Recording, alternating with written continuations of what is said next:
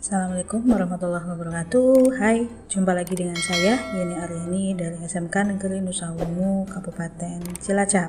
Pada kesempatan kali ini saya akan membahas tentang aplikasi sistem koloid pada industri makanan. Salah satunya adalah tahu.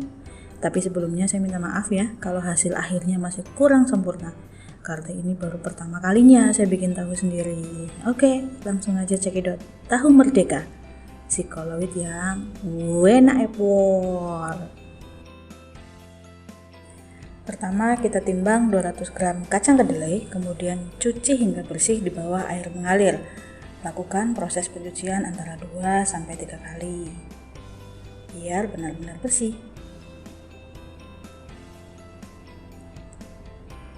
Setelah itu rebus air secukupnya dan tunggu sampai mendidih.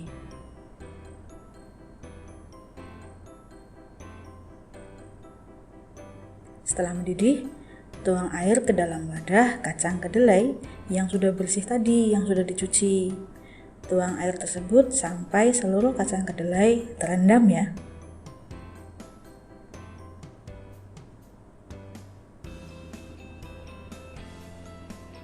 Nah, setelah terendam semua, kemudian ditutup rapat dan dibiarkan selama 1,5-2 jam.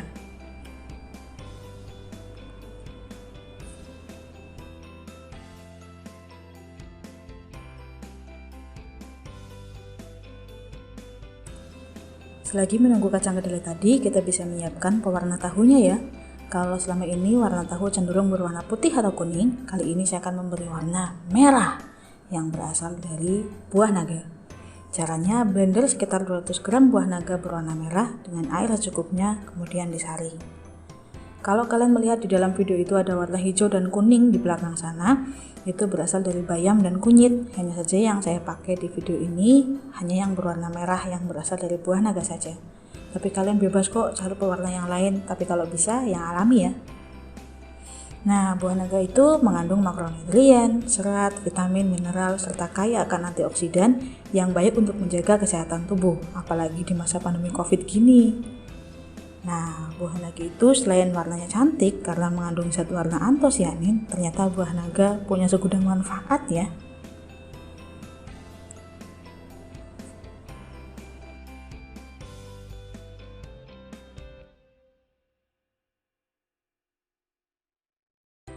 Selanjutnya adalah membuat susu kedelai. Kacang kedelai yang tadi sudah direndam selama 2 jam itu kemudian di blender menggunakan air kurang lebih 500 ml. Nah, setelah di blender akan terbentuklah yang kita namakan sebagai susu kedelai. Nah, ini di blender sampai halus ya. Susu kedelai yang sudah kita blender tadi kemudian disaring menggunakan kain bersih. Kalau saya menggunakan saringan ampas sebagai alas pada waktu memeras. Terus hasil perasannya jangan dibuang dulu, nanti kita akan blender 1 kali lagi loh.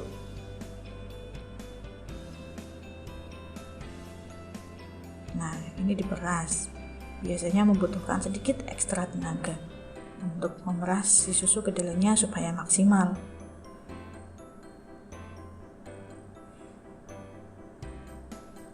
Nah, yang di bawah itu adalah hasil perasannya yang kita sebut sebagai susu kedelai.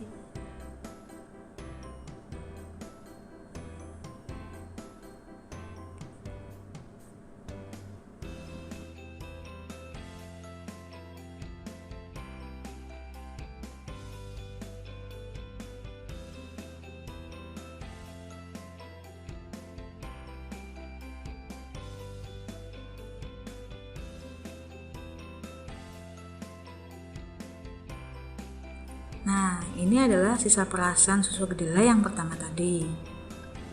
Kita blender sekali lagi menggunakan air kurang lebih 500 ml. Caranya persis seperti tadi.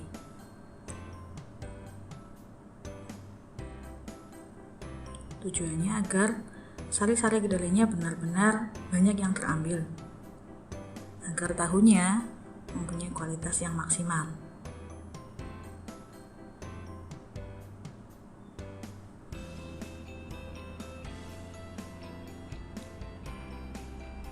Kita blender sampai halus, kemudian kita saring sama seperti tadi, menggunakan kain yang bersih, kemudian diperas. Nah, hasil perasannya ada yang bisa mengolah lagi menjadi tempe dan yang lain sebagainya. Untuk makanan tradisional yang lain juga bisa, tapi yang kali ini akan bahas susu kedelai aja dulu ya.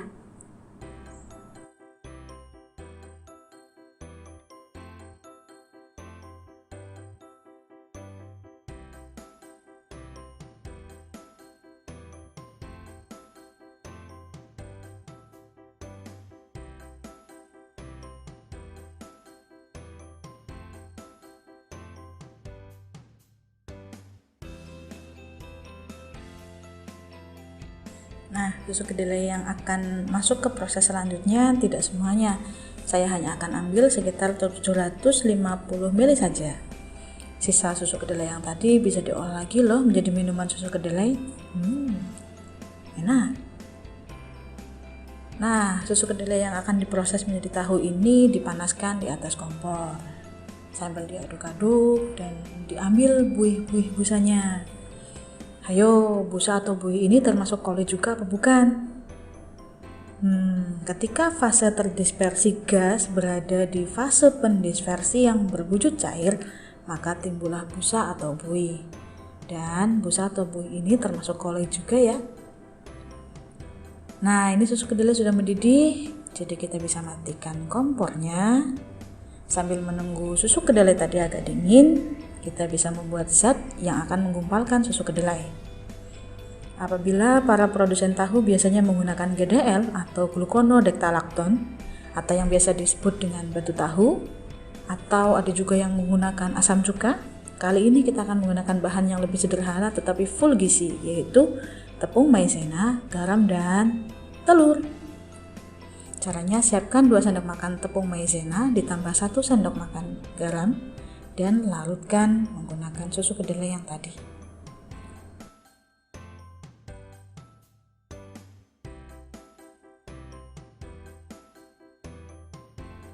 Setelah susu kedelai cukup dingin, akan terbentuk lapisan tipis di atasnya yang biasa disebut kembang tahu. Nah, kembang tahu ini kita sisihkan ya, gak usah dipakai.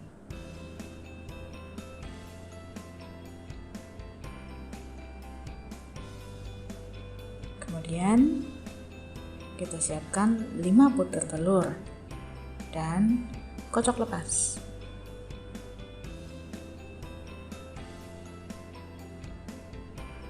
Nah, 5 butir telur ini dikocok sampai bercampur semuanya dan kemudian dicampurkan dengan maizena yang sudah dilarutkan tadi.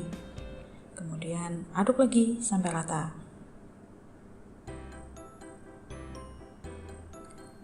Campuran telur dan maizena tadi nantinya akan dimasukkan ke susu kedelai dengan cara disaring agar gumpalan-gumpalannya tidak ikut. Nah, seperti ini.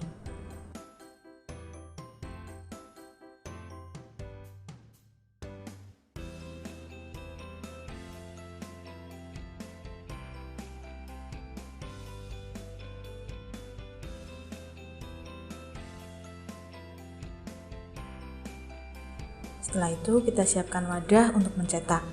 Bentuk wadahnya bebas sesuai selera, tapi lebih baiknya lagi kalau si wadah tersebut dilapisi dengan baking paper untuk memudahkan kita ketika nanti mengangkat si tahu yang sudah jadi.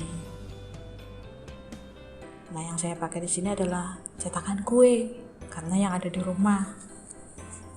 Cetakan kue ini saya lapisi dengan baking paper atau kertas yang biasa digunakan untuk melapisi adonan kue itu loh. Karena saya ingin mencetak dengan kecil-kecil, maka saya pakai 3 buah cetakan kue yang relatif kecil. Tapi kembali ke selera masing-masing, bebas mau cetakan seperti apa, monggo bebas. Nah, setelah itu kita panaskan panci untuk mengukus.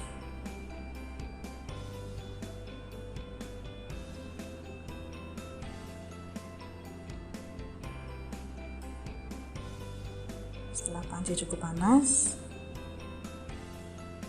kita masukkan adonan tahu tadi. Masukkan satu persatu, hati-hati karena panci dalam keadaan panas. Kita masukkan semua adonan ke dalam panci tersebut.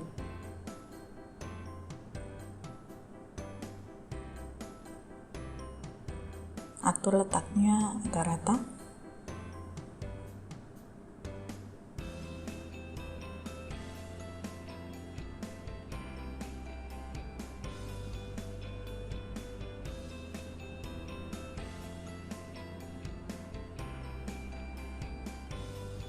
Setelah semua adonan masuk ke dalam panci, kemudian ditutup dan ditunggu sekitar 30 menit ke depan.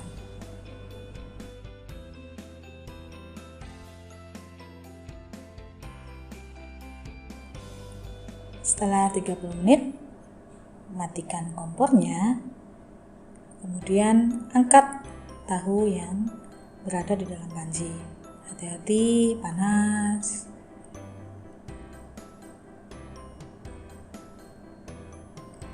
Setelah diangkat, jangan langsung diambil ya kertasnya, biarkan uap panasnya hilang terlebih dahulu.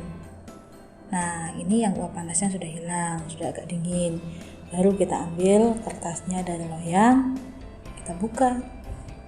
Sekali lagi mohon maaf, bentuknya belum cantik karena ini pertama kali saya bikin tahu di rumah. Tapi kalau rasanya insya Allah enak dan yang jelas tanpa bahan tambahan pengawet kimia yang lain. Murni semua dari bahan-bahan yang ada di rumah. Nah, kurang lebih bentuk jadinya seperti ini. Kemudian kita potong sesuai selera, nggak harus kotak ya, bebas mau bentuk seperti apa. Cuma biasanya tahu kan memang bentuknya persegi, kotak gitu. Nah, kalau dilihat teksturnya itu kenyal dan kalau dimakan lembut sekali. Karena ini kadar airnya cukup banyak, maka saya tiriskan terlebih dahulu.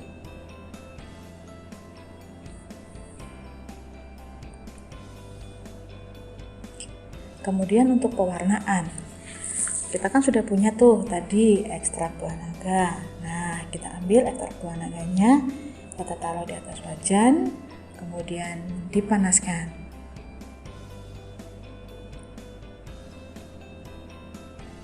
Setelah panas, masukkan beberapa tahu tadi ke dalam ekstrak buah naga.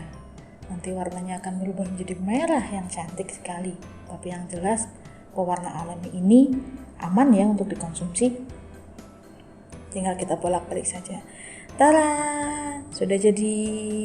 Kalau kita plating, ada yang sudah diwarnai dan ada yang tanpa warna, maka jadinya merah putih seperti ini. Nah, berhubung warnanya merah putih, maka saya namai Tahu Merdeka. Cinta Indonesia banget kan? Nah, sekian tutorial dari saya. Mohon maaf jika masih banyak kekurangan. Terima kasih dan Assalamualaikum warahmatullahi wabarakatuh.